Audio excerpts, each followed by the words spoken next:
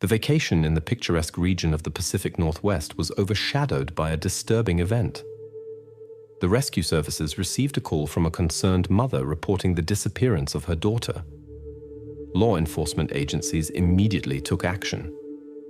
They initiated an extensive search operation and carefully combed through the entire surrounding area. But their efforts remained unsuccessful. There was no trace of the young woman. The investigations continued, but time worked against the investigation. The situation seemed hopeless until a witness reported to the police. He stated that he had seen the missing young woman on the day of her disappearance in the company of an unknown man. This statement raised new questions. Who was this man? And where could he have taken Cindy Ellinger? Lakewood in the state of Washington was a small town surrounded by forests and lakes. Its economy depended heavily on the nearby McCord Air Force Base. 59,000 residents considered it a quiet and cozy place where children played carefree on the streets and visited friends. It seemed as if everyone looked after each other. In the year 1996, however, the town was confronted with a series of incidents that even attracted the attention of national media. The atmosphere in the town changed. The residents became more cautious. On the 4th of July, the family of Rhonda Franceschi prepared for the Independence Day celebrations. They had a rule. When it got dark and the lights came on in the windows, the children came home immediately. That evening, the younger daughters Ashley and Brittany returned, but not the oldest, Cindy. Cindy went to play with a friend on the other side of the street. When Rhonda wanted to pick up her daughter, she found that no one was in the neighbor's house. Later, it turned out that the friend's family had left town. Rhonda began to worry because she did not understand what was going on. When the police arrived, one of the officers suspected that Cindy might have gone away on her own. Rhonda firmly rejected this theory and described her daughter as obedient, quiet, and responsible. She told them that Cindy always came home on time or called. Despite the search that lasted all night, Cindy was not found.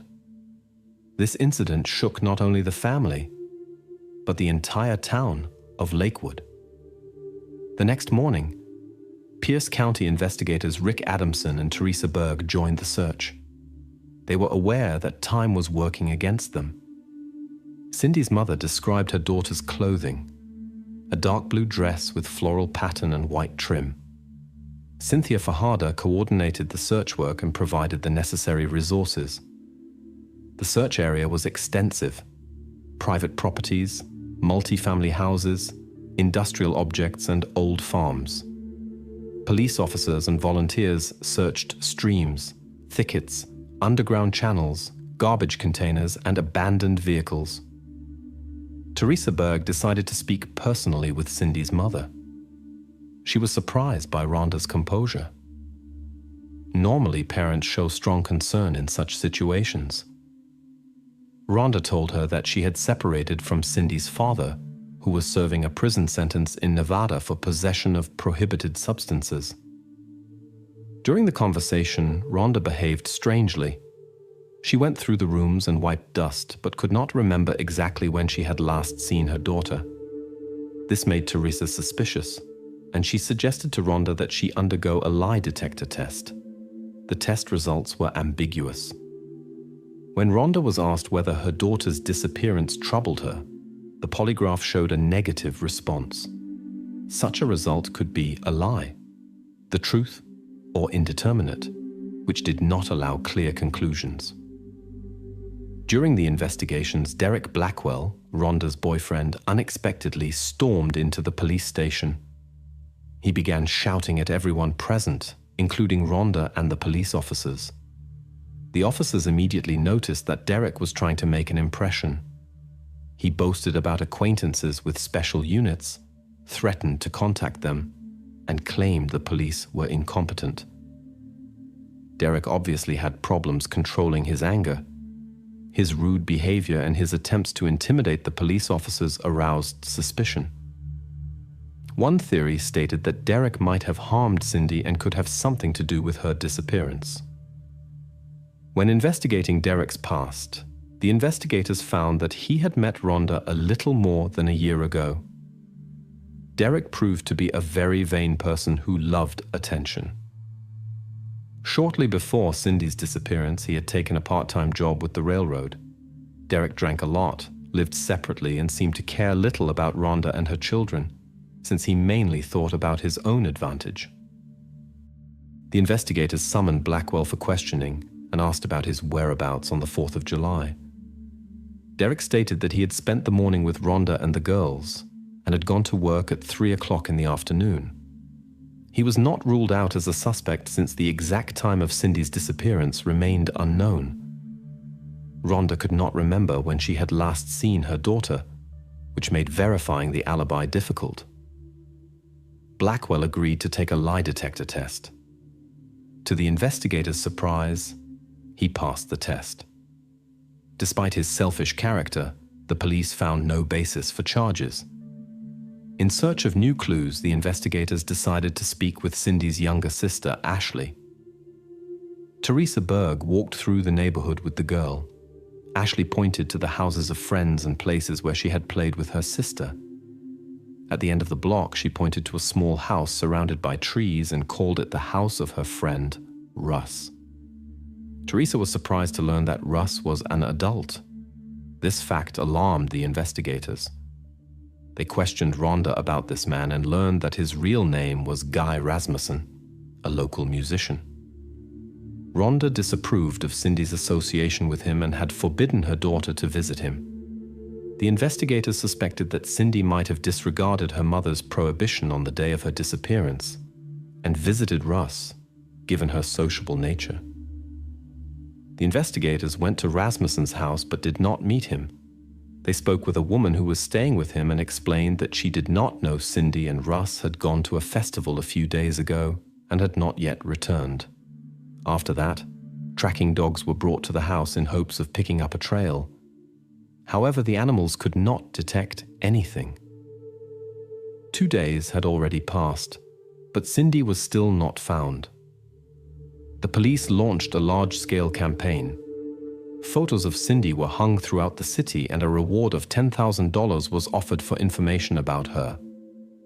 They hoped that these measures would help people see Cindy as a real person and move them to action.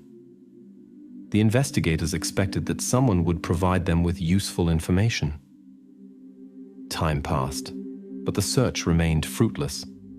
Everyone understood that the chances of finding Cindy were diminishing. The investigators had to constantly remind themselves that not everything was lost yet. They expanded the search area, but this only brought disappointment. Despite hours of effort, Cindy was not found. Then the theory arose that a stranger who was unknown in the area could be involved in the disappearance. A thorough search of the entire surrounding area began. The police officers spoke with residents of houses and residential complexes and knocked on every door. They asked everyone the same questions, whether someone had been staying with them in the past week, or whether perhaps someone had recently departed unexpectedly. Subsequently, the investigators checked the database and found that not few people with a certain criminal past lived in the area. They invested much time but questioned everyone from the extensive list. Many cooperated. They allowed searches of their houses, provided alibis, and answered questions. But potential suspects could not be identified. The search group combed through the surroundings of Lakewood for 10 days. After that, the official search actions for Cindy were ended. But even after the end of the organized search, many residents stopped when driving through the wooded area, got out of their cars and looked around, hoping to find something they might have overlooked before. It was a natural impulse. They did not want to give up until they had found Cindy. 2 weeks after Cindy Ellinger had disappeared in Lakewood, Washington, an off-duty police officer reported a disturbing discovery in a field next to the highway. Teresa Berg received the call with this news as she was driving home. She felt that her efforts had not been crowned with success. Cindy would not return. but Teresa had to set aside her feelings and focus on collecting evidence. She turned around and drove back to Lakewood. The discovery site was located on wasteland where people disposed of their garbage. The dress corresponded to the description in the photo. Signs of physical impact and other unlawful acts could be seen on Cindy. The investigators noticed 3 small burns on one of the extremities. This could indicate that the suspect smokes, but also showed his extreme cruelty. It was clear that the perpetrator only thought about himself and showed no compassion for others. The investigators understood that they were dealing with a very dangerous person who was driven by momentary desires. They recognized that such people rarely stop, and their actions can become increasingly aggressive. The officers knew that they were facing an extremely dangerous individual who was capable of further crimes. The investigators examined the crime scene thoroughly, but could not find any significant evidence. They could not determine whether the accident happened here or whether Cindy was brought there later. This area belonged to the search area, which saddened the investigators. However, the evidence was wrapped in a carpet amid much garbage, which made its discovery difficult. Even specially trained dogs could not help. In 1996, dogs were used that were trained to find living people. Later dogs were brought that could detect other scents in the hope of finding a trail. One of them perceived something and led to a hole in the highway fence, then to a telephone booth near a shop not far from the crime scene. It was suspected that an unknown person might have called there, but no fingerprints were found. The investigators had to deliver the news to Cindy's mother. Rhonda reported severe shock and endless tears. She could not comprehend how such a thing could happen in her quiet town of Lakewood, where such a thing had never occurred before. The investigation revealed that Cindy came to harm shortly after her disappearance on the 4th of July. The experts found no foreign traces under Cindy's nails, which indicated the suddenness of what happened. The perpetrator treated her with particular ruthlessness. The police officers could not understand the motives for such an act. Despite the difficulties in searching for evidence due to the elapsed time, everyone understood the necessity of finding the guilty party to prevent a repetition of the tragedy with other people. After the discovery of evidence, the investigators were flooded with information, about 500 tips. The phones did not stop ringing, but it was unclear which direction should be given preference. Finally, the investigators decided to rely on their intuition and own suspicions. Unexpectedly, an unusual witness appeared. On the 4th of July, a small child noticed Cindy walking with a large white man near the crime scene. The man was described as very thin, shaggy, with a mustache and small beard, dressed in a t-shirt and denim shorts. Soon another witness came forward, a resident of the neighboring apartment building. While grilling on the balcony, he saw a large white man moving with Cindy in a flower dress toward the forest. However, their return was not observed. According to the witness, the man had long, shaggy hair that reminded him of the hairstyle of Guy Rasmusen, a neighbor with whom Cindy was friends according to her sister Ashley. Rasmussen was unemployed and passionate about music, although his drumming skills were mediocre. Cindy and Ashley became curious when they heard him practicing. The children often came to his house to watch him play. For them, he was the cool guy from the world of rock and roll. Ashley later told that Rasmussen behaved like an older brother who played in a rock band. He was friendly, though taciturn, and was interested in their hobbies. According to Ashley, it was obvious that Rasmussen paid more attention to Cindy and tried to spend more time with her. The investigators suspected that Cindy might have been looking for a substitute for her absent father in Rasmussen. She had become attached to an adult who paid attention to her. The check of Rasmussen's past brought a disturbing fact to light. 7 years ago, he was involved in an incident with a 10-year-old girl on a bicycle. At that time, however, He could not be convicted due to lack of evidence, as other motives could not be proven. He was not included in special lists due to insufficient evidence. These revelations made the investigators see Rasmussen in a new light.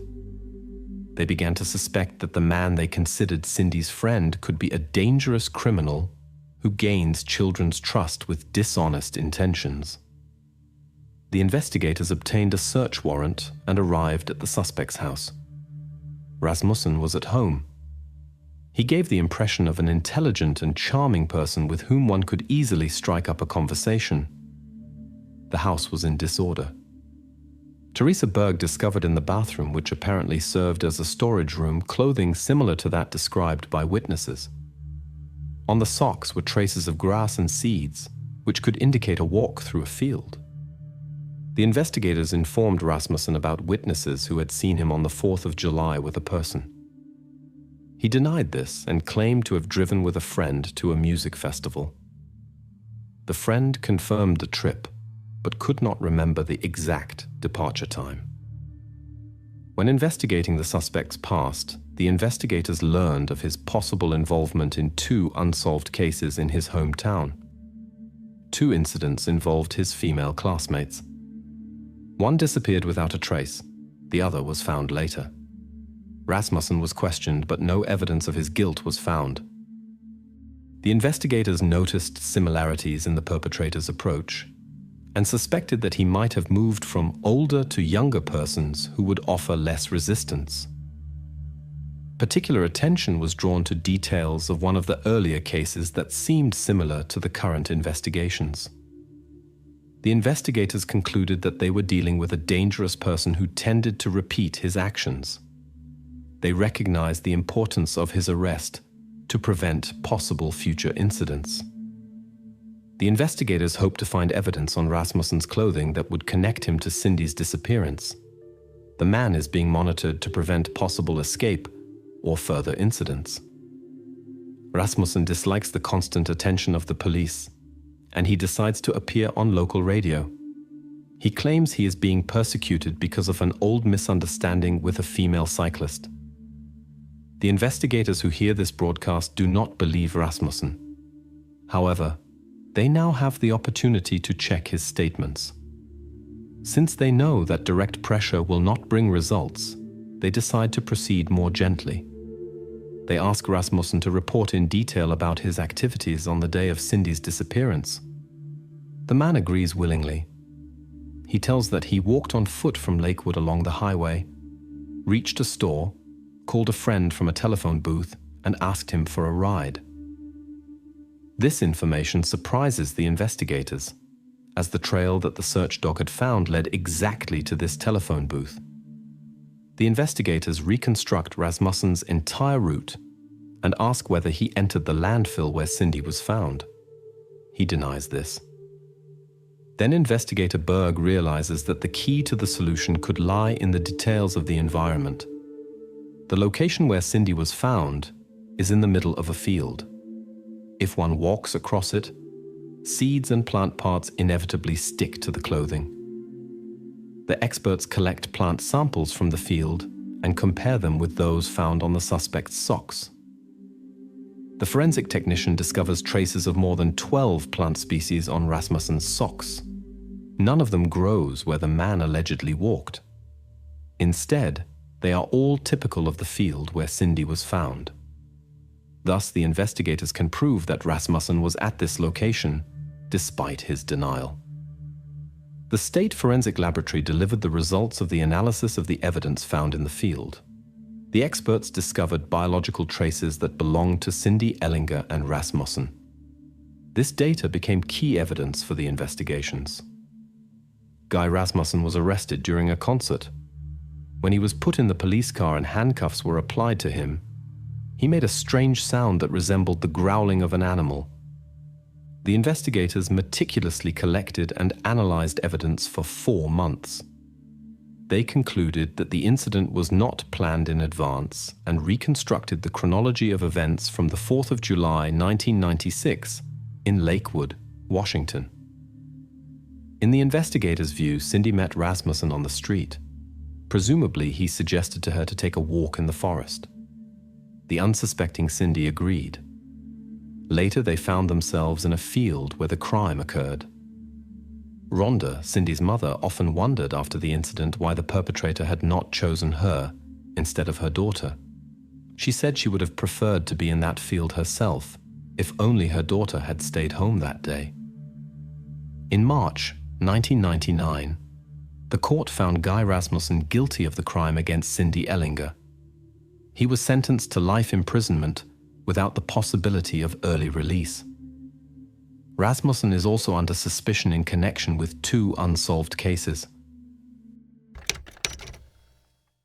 A girl was cycling home and suddenly disappeared without a trace. The investigators began searching and viewed numerous video recordings from street cameras. They wanted to understand what had happened to her. Soon they came across a small but extremely important clue. This discovery completely changed the course of the investigation. When the truth finally came to light, thousands of people were deeply astonished by the events. Mickey Shunick came into the world on the 21st of May, 1990, in Lafayette, Louisiana. She grew up in an intact family. Her father worked as a scientist in the oil industry while her mother took care of the house and children. Mickey had an older sister with whom she looked so similar that they were sometimes mistaken for twins.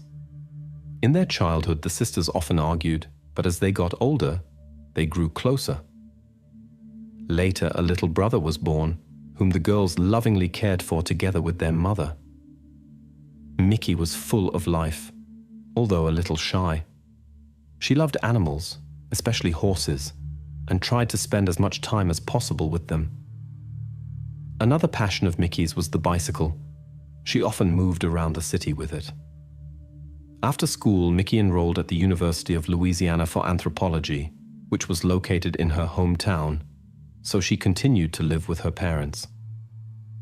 In May 2012, when Mickey was 21 years old, she was in her final year of study and was preparing for her graduation. She was already looking forward very much to her upcoming birthday. On the 18th of May, Mickey decided to meet friends in a bar where local musicians performed. The next morning, she planned to go with her family to her brother's graduation ceremony, so she did not intend to stay long.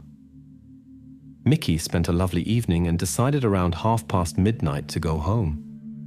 Before that, she and her friend Bradley ate something at Taco Bell near the bar and then went to Bradley's house, which was only a few minutes' walk away. Around 1:45 at night, Mickey set off for home with her bicycle. In the morning, when the family was preparing for the graduation ceremony, they noticed that Mickey had not returned. Her room was empty, and the bicycle was nowhere to be seen. The parents assumed that she had spent the night with girlfriends and would come directly to her brother's school. They sent her a message, but received no answer.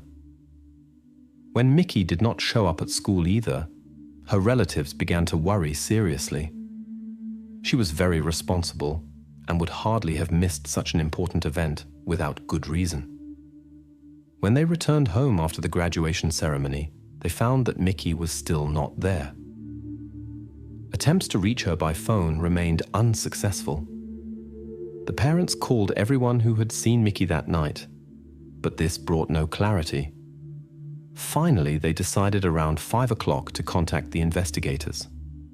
When Mickey did not return home, despite her adult age, the police immediately began searching.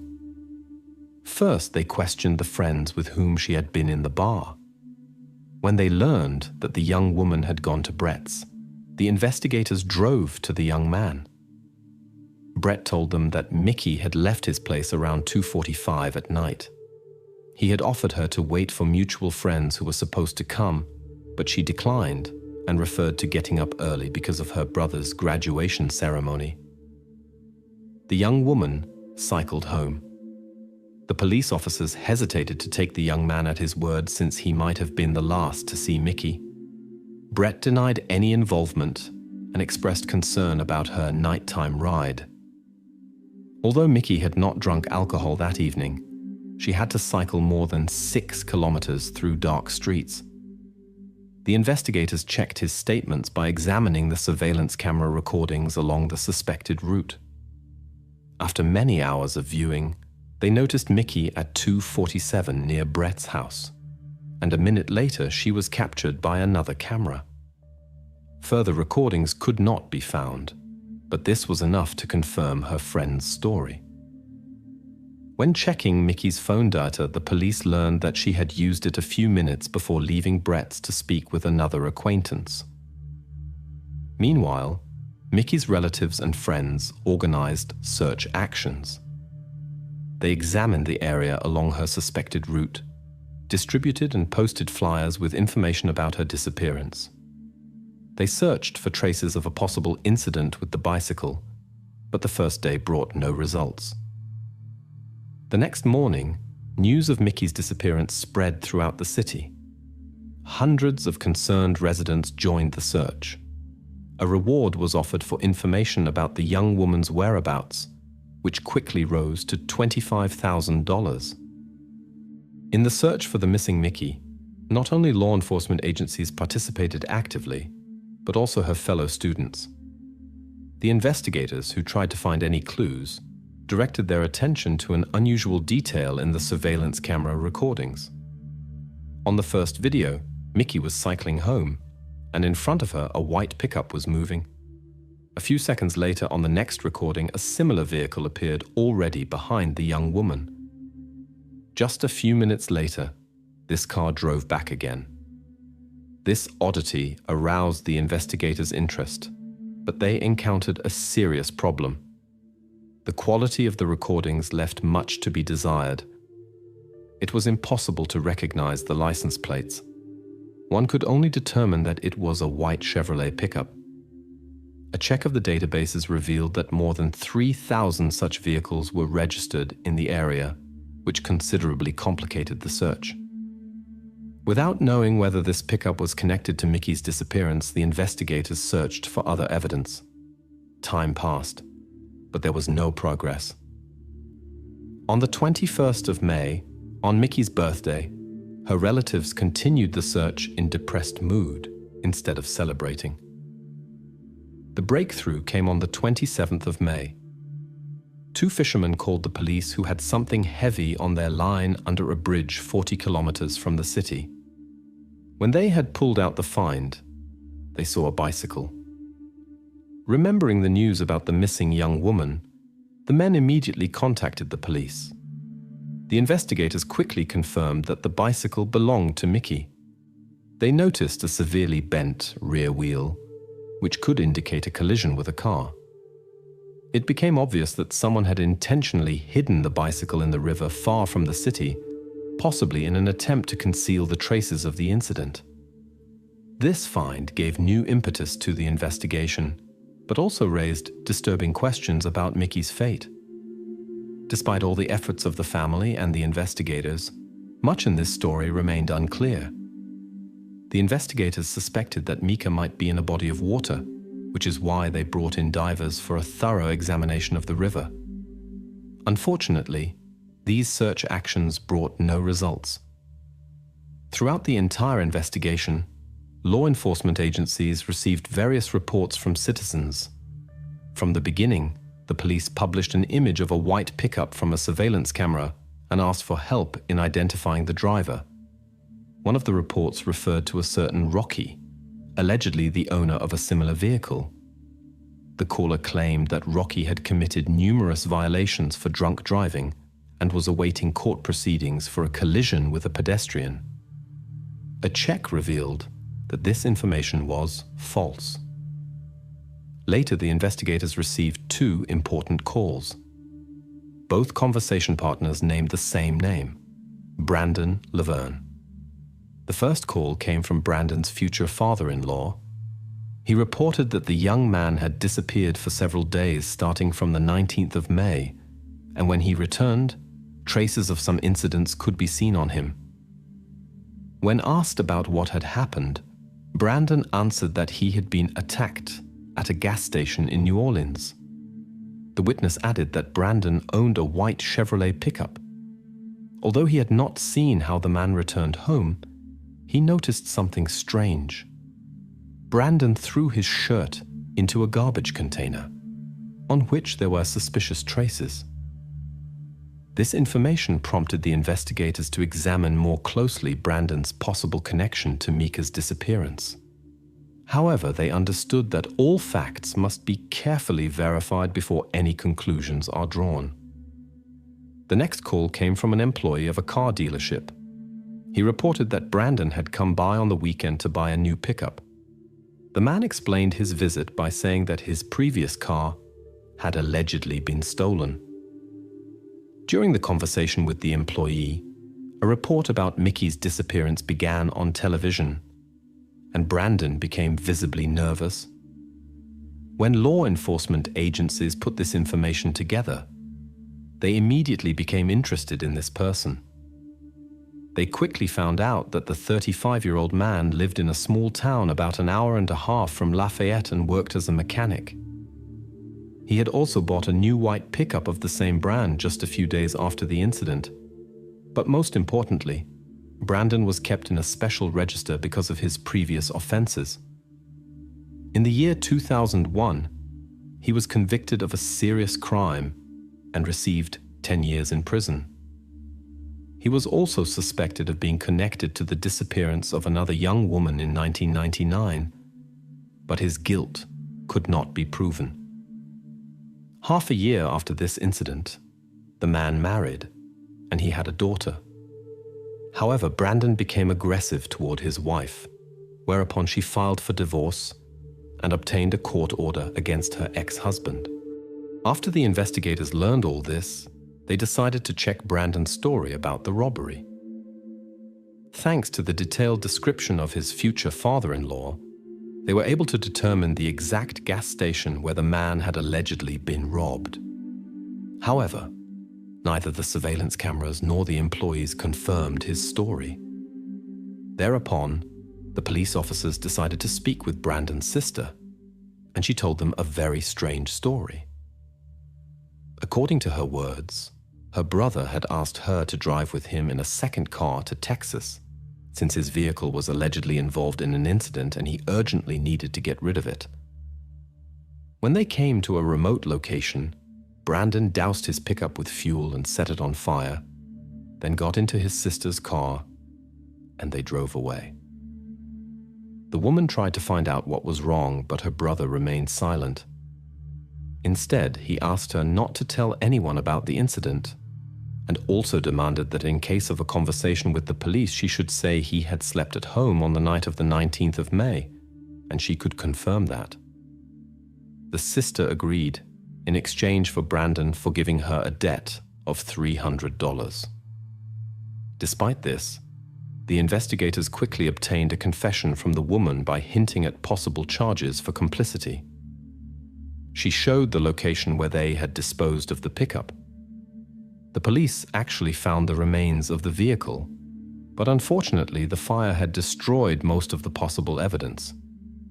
Nevertheless, the experts were able to reconstruct the license plate and confirmed that the car belonged to Brandon. This enabled the police to use the recordings from the street cameras. They determined that Brandon was in Lafayette that evening and was captured by a camera around 5 o'clock. The recording provided an important detail. In the open trunk of the pickup, a spare tire, a cooler, and some kind of box could be seen. These objects matched the contents of the trunk of the car that had followed Mickey. Given the information from a witness about Brandon's condition, the investigators telephoned the local hospitals. One confirmed that the man had sought help shortly after Mickey's disappearance. According to the doctors, he had sustained significant injuries. The collected facts obviously contradicted the story about a robbery and a trip to another city that Brandon had told a relative. The police confirmed his presence in Lafayette on the night of Mickey's disappearance. However, the investigators knew that this was not sufficient for an indictment. The pickup, in which important evidence could have been, had been destroyed, and Mickey's whereabouts remained unknown. Fearing to scare the suspect away through premature arrest or questioning, the investigators looked for another pretext for his arrest. They understood that Brandon could go underground if he learned of the suspicions against him. It turned out that this man had already violated the law in the year 2000 by not registering at his place of residence, as the special regulations required. The investigators proceeded very carefully. First, they inconspicuously attached a tracking device to his car, and then asked a patrol officer to stop him for document verification and to arrest him for the violation. When Brandon was under official supervision, the investigators in the Mickey case could finally question him. Despite all their efforts, however, the man stubbornly denied any involvement in the girl's disappearance. When it became clear that he would not confess, the investigators nevertheless decided to bring the case to court, although the chances of conviction were slim due to lack of direct evidence. Therefore, the police searched with all their might for new clues and traces of Mickey. Finally, they decided to try something else. In August, the prosecutor's office offered Brandon a deal. He would receive life imprisonment instead of the maximum sentence if he confessed what had happened to Mickey. The man discussed this with his lawyer and agreed. On the 7th of August, he began to speak, and first gave the location where Mickey was. The police officers drove to a small cemetery about 7 kilometers from Lafayette, and actually found in the adjacent forest what they were looking for. Experts determined that the girl had been harmed by a sharp object, and the final act was the use of a firearm. Nevertheless, they did not manage to find foreign traces. But the fact that Brandon had given the exact location spoke almost without doubt for his involvement. After that, the man told what had happened on that night of the 19th of May. First, he told a story that nobody believed. Brandon said he had accidentally grazed Mickey with the car when he was drunk. Allegedly, the girl had not been seriously injured and had asked not to call the police because she had forbidden substances with her. Then he had allegedly offered to give her a ride. They had argued about repairing the bicycle, and the situation had gotten out of control. The investigators demanded that he tell the truth. Otherwise, there would be no deal. When Brandon realized that he would not get away, he began to talk. According to his words, he had noticed Mickey, turned around and intentionally hit her with his pickup. He did not explain why he did this, but the investigators suspected evil intentions. The girl fell, and Brandon dragged her along with the bicycle into the car. However, Mickey quickly regained consciousness and tried to call emergency services. The perpetrator threatened her, but the girl had pepper spray with her. She used it, but the man knocked the spray out of her hand. At this moment, Mickey managed to grab his knife and deliver several stabs. Brandon managed to disarm Mickey. However, the situation quickly got out of control, and as a result, Mickey was severely injured. Brandon, who believed everything was over, drove out of the city to erase the traces of the incident. But fate had other plans. After about 40 minutes of driving, when Brandon stopped at a deserted place, the incredible happened. Mickey suddenly regained consciousness and tried with incredible willpower to defend herself. During the course of the fight, Brandon suffered several injuries, but was able to overpower Mickey. This incident had a strong impact on Brandon. He wanted to eliminate the traces of what had happened, but quickly realized that he could barely stand on his feet. Therefore, he decided to return home and left Mickey in the car. At home, he tried to give himself first aid. Later, Brandon did return to the place where Mickey would later be found. However, due to his injuries, he could not complete his plan. Since he felt that he might lose consciousness, he left Mickey in the bushes and drove home again. Aware of his serious condition, Brandon called a friend and asked him to drive him to a hospital in New Orleans in order not to attract the attention of the local authorities. There, he told the doctors a fabricated story about the causes of his injuries, and they provided him with the necessary help. After Brandon had returned home, he disposed of some objects. Then he went to a wooded area near the cemetery where he had left Mickey. As agreed, the man also reported about an incident with another young woman in 1999, in which he was previously considered a suspect. Brandon told how he had met Lisa and suggested a trip to the countryside. After they had spent several days together, the young woman wanted to return, but Brandon was against it. When she tried to take the keys, a conflict arose, as a result of which Lisa found herself in a predicament. Later, Brandon took her to a remote location. His account matched the available evidence and Lisa's discovery site. After his confession, Brandon was sent for a psychological examination. In conversation with the specialist, it turned out that his adoptive father had often used violence in his childhood and the nanny had performed inappropriate actions. Since his youth, Brandon had been diagnosed with depression and tendency toward aggression. He began to abuse alcohol and prohibited substances, which worsened his condition. Nevertheless, the expert concluded that the man was aware of his actions and could be held responsible. On the 17th of August, Brandon received 2 life sentences for the incidents with Mickey and Lisa, without the possibility of early release. Since then, he has appealed several times and tried to change the verdict. In the year 2019, he unsuccessfully attempted to leave the place of his incarceration. To this day, the man tries to convince the public that he is not as bad as the media portrays him and deserves a second chance. When Brandon's story became public, it attracted even more attention. How Mickey fought for herself impressed many people around the world. She almost managed to stop the person who was physically superior to her, but unfortunately the outcome was tragic.